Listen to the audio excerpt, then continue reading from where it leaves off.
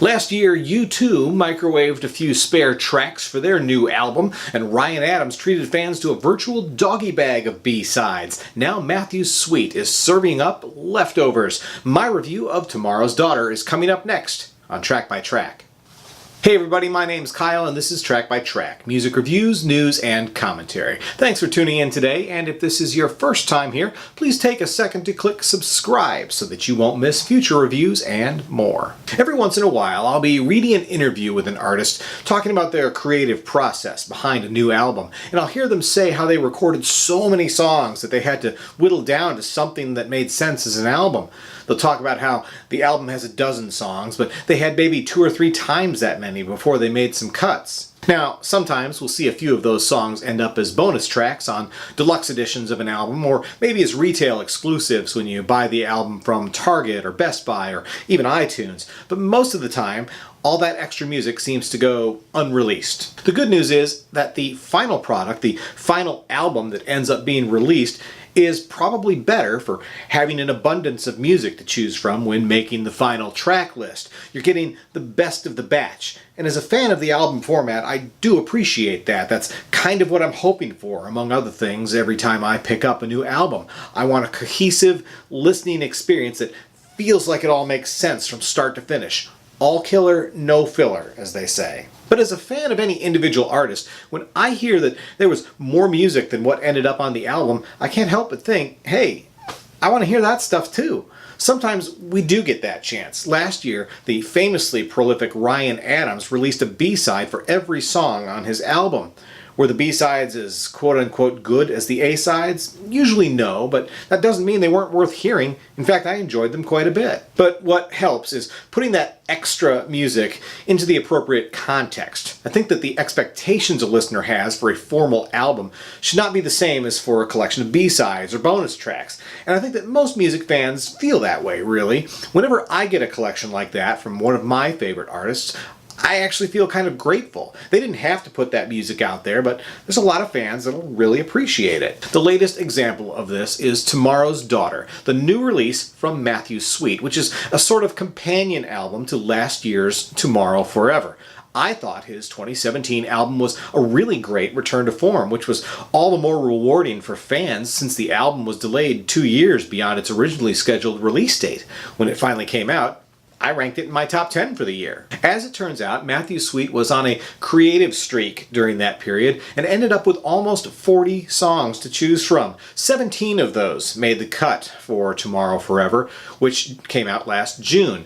And while 12 more tracks from those sessions are just now being released as Tomorrow's Daughter, some diehard fans have actually had those songs for a while. Sweet funded the original album on Kickstarter and offered the extra tracks as a bonus to supporters. What I've heard is that the set that was sent to Kickstarter supporters was song demos, but listening to the album that actually came out this week, there's nothing about it that sounds unfinished. It's every bit as polished as its predecessor.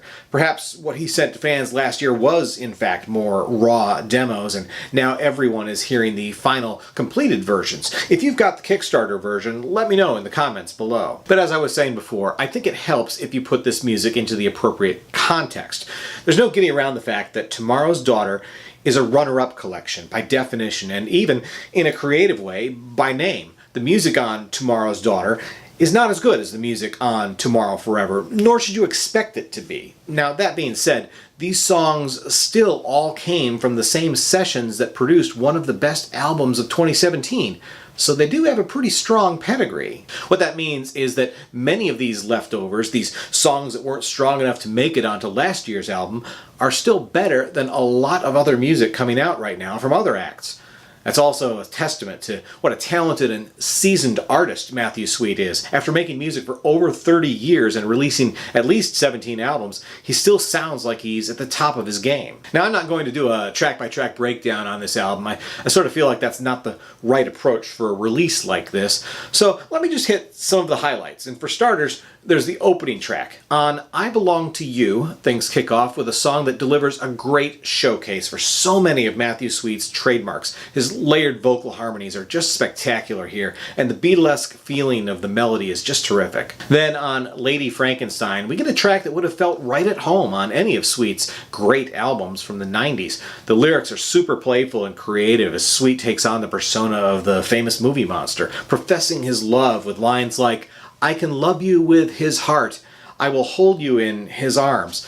It's all delivered over the kind of upbeat power pop guitar rock Sweet is famous for. A few tracks later, on the ballad Something Someone, Sweet shows his tender side on a song that reminds me a bit of his work with the Thorns album with Sean Mullins and Pete Droge. I love the lush quality of the vocals here and the pining emotional quality of his voice. Right after that is a song called Girl with Cat, which, to be fair, isn't one of my favorite tracks, but it has some really cool guitar work. I love the stabbing guitar accents on the verses, and then the dueling stereo guitar solo that you really need to hear in headphones to truly appreciate. As for the rest of the songs on Tomorrow's Daughter, I think they deliver much of what most Matthew Sweet fans want to hear in his music, but maybe not in a way that will resonate as strongly as the music on Tomorrow Forever did. So, to a certain extent, this collection is a case where the whole is greater than the sum of its parts.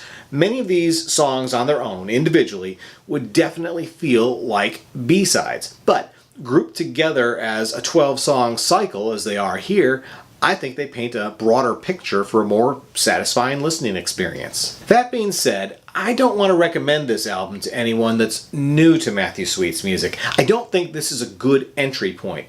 Last year's Tomorrow Forever is a decent place to start as far as his recent work is concerned. Personally, I'd steer you to the amazing Girlfriend album from 1991. I talked about that album as part of my Great 28 series back in February. It's definitely my favorite Matthew Sweet record, as well as one of my Desert Island discs. But if you're already a fan of Matthew Sweet, and I hope that you are, it's pretty easy to recommend this new album. When you hear that an artist is releasing leftover songs from their recording sessions, this is the kind of album that you hope to hear.